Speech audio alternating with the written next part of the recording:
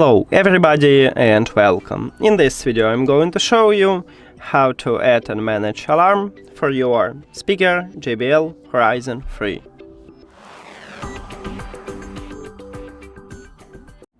So basically we have two options how to edit, to use the speaker or the application. But now let me show you how to find it at your speaker. You need to press this button, what called access menu at the top.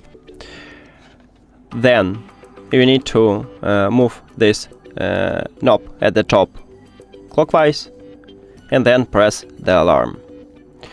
Now we have two alarms here, but if you already add two alarms in the application, you cannot add it. So if you want to, you just press on it, and right here you can enable it, set a time by press on it, and firstly move clockwise or counterclockwise, then set minutes, then click one more and you will return to this menu. You can set repeat by also press on it and just move clockwise or counterclockwise. Let's say I wanna edit once. Then sound. You just you can listen what you select. So let's say this one.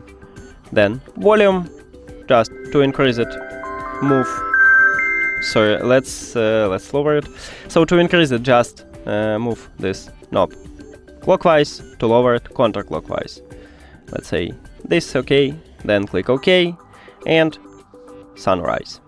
So I wanna on it, and that's for. You can go back, and right here we have this alarm. Now we can also use an application. You need to open JBL One app. Of course, you need to add this speaker to the application and then tap on it at the device list. And right here we have alarm. Tap on it. You can remove it, but also we can add it by click plus at the bottom. Now we can set a time. Let's say that's okay for me. Also I recommend it to enable sunrise and check at least what it is. So for me 20 minutes is okay.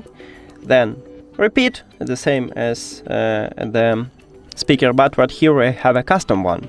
So you can also select the best one for you. Let's say I wanna Monday and Tuesday. Then go back. Sound, the same.